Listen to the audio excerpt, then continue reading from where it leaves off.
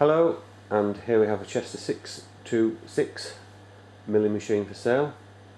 I won't give you any of the technical specs because that's all available on the website.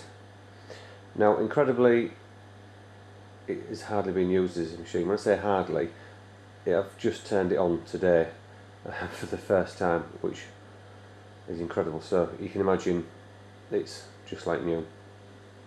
Now, there is power feed to it both ways. Okay, and there's obviously digital readout as well. The window in the back doesn't help, but I'll move the camcorder around shortly.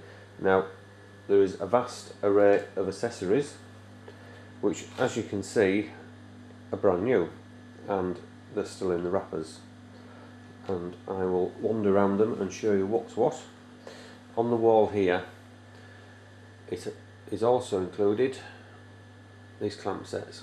There's two of those. Okay. There's obviously a milling vise, which is a 5-inch one. I'll come back to the machine in a minute. There's plenty of oil there, and there's a coolant pump with tank.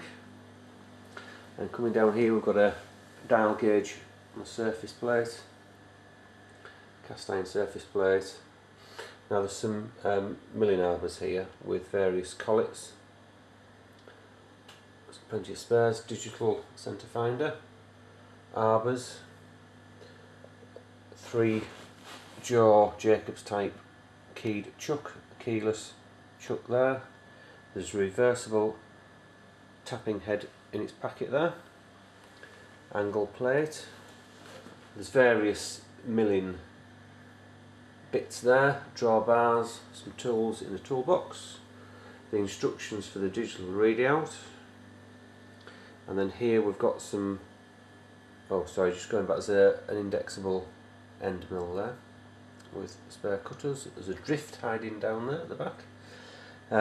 Got some V-blocks and clamps, 2 sets, a digital dial gauge there, and of course here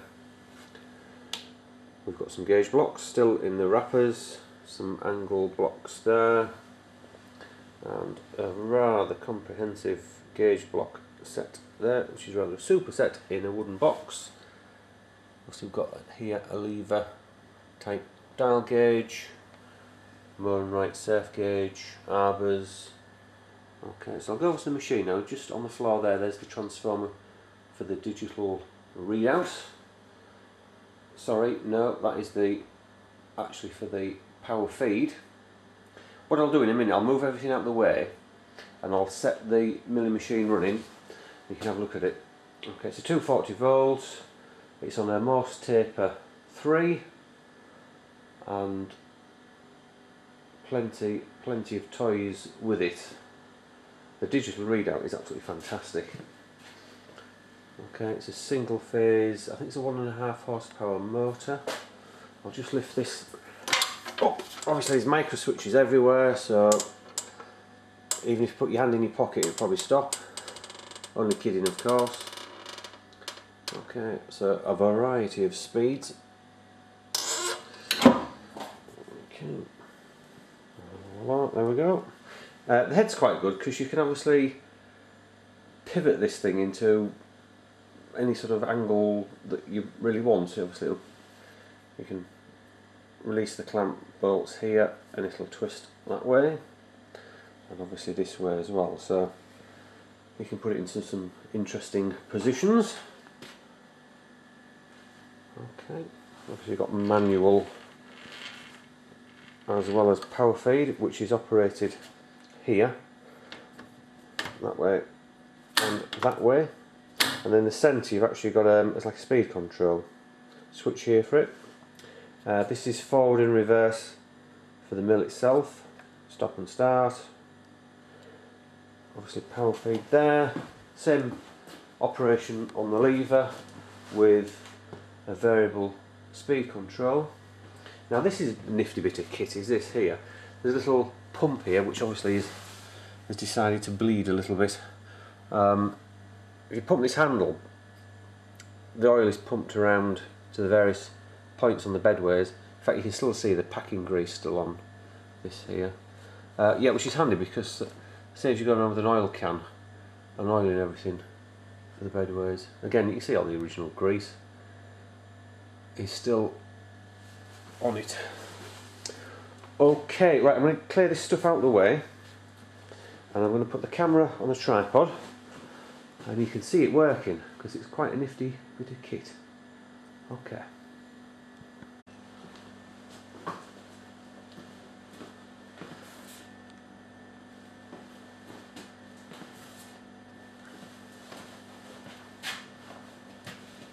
Hello, right, so I've got the tripod, no, I've got the camera on the tripod, not the other way around. I'll just turn the power on. I'm going to run this so you can see it operating. That is power on. I'll just run the mill itself. Start and stop. You can then reverse. That was reversing it. There's a reversing button there. And okay, I'll do the power feed here. So you can do it by hand if you want. But you can turn the speed right down. Oh, it's gone. There's actually stop, so it's actually reached the stop, so we'll go the other way now. Okay, so we can go it slow or fast. Now you probably can't see, but on here the digital readout is obviously displaying XY axes. You probably might not see it because the window is behind and it's causing a contrast problem. There's a switch here. There is a rapid switch here. I'm not quite sure how that operates, but I will try. There we go. So you can zoom it along if you want. I'll turn it off. That's off. I'll operate the other one.